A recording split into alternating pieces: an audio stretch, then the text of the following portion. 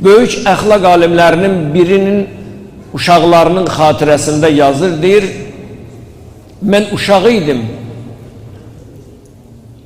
təqribən 8 yaşım var idi, o alim də irfan adamı olub, bəsirət əhli olub, xatirələrində yazır, deyir, mən uşaq idim, gəldim atama dedim ki, ata, mən də istəyirəm namaz qılam, mən də istəyirəm səni kimi ibadət eləyəm, gecə namazlarına duram, deyir, atam qaldı, mənə qayıtdı, dedi, oğlum, hələ sənin yaşın çatmayıb, bax, 15 yaşın gərək tamam olsun, həddi təklif olasan, sənə namaz vacib deyil. Deyir, dedim, yox, mən həddi təklif də olmasam, amma istəyirəm namaz qılam. Dedi, onda 15 yaşa qədər sənə bir dənə zikr öyrədirəm. Bir dənə zikr öyrədirəm. 15 yaşa qədər bu zikr ilə. Deyir, təəccüblə dedim, ata nə zikirdir? Dedi, gün ərzində 100 dəfə ya hazır, ya nazir. Ya hazır, ya nazir. 15 yaşa qədər bunu deyir. Allahın adlarındandır. Bizdə nənələr deyirlər o vaxtı, deyirdi, uşağın qabağına bir yemək qoyursun, deyir, hazırın nazırıdır.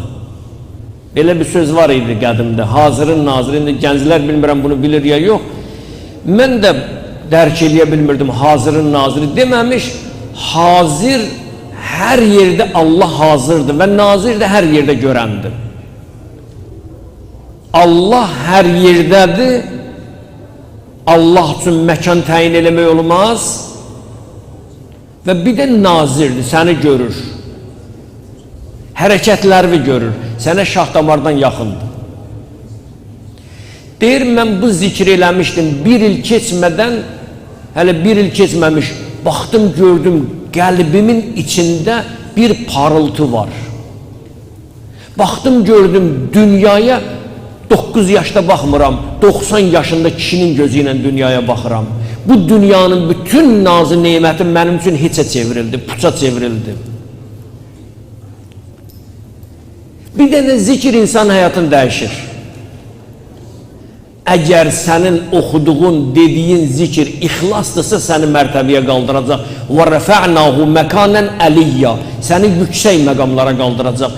Əgər Allaha görə, təqvaya görədirsə, o zikir sənin həyatını dəyişəcək.